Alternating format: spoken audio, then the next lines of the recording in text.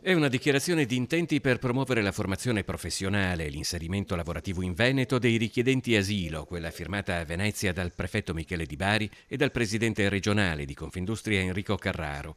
Il primo passo di un processo ampio e di lungo corso che intende coinvolgere l'intero territorio. È un passaggio chiave, un passaggio che guarda avanti. Abbiamo finora affrontato il problema come un'emergenza e c'è la necessità, anche lasciatemi dire, di dare dignità ai lavoratori che vogliono inserirsi nel nostro territorio. Lo dobbiamo fare in modo propositivo. Noi con questo ci siamo visti su iniziativa del processo per guardare a piani formativi che possono servire sia per integrare i lavoratori che vengono dall'estero, sia per le nostre aziende che hanno tanto bisogno di nuovi lavoratori. Ma il tema non è solo l'integrazione di quel flusso migratorio che attraversa il nostro paese, è anche il contrasto ad un calo demografico talmente elevato che in un futuro prossimo, con sempre meno abitanti e sempre più anziani, porterà il Veneto ad avere più posti di lavoro che lavoratori.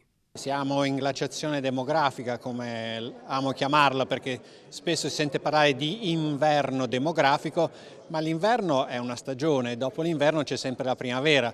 In questo momento io non vedo cambiamenti di rotta nel, diciamo così, ciclo della demografia italiana ed europea. E come in questo momento la situazione dell'immigrazione in Veneto, vale a dire lo stato delle nostre strutture di accoglienza, siamo ancora in emergenza? C'è stato un turnover che ha consentito un'accoglienza dignitosa e quindi abbiamo affrontato questo tema nella consapevolezza che dobbiamo seguire passo passo ciò che sta avvenendo, però non abbiamo avvertito nessun tipo di emergenza.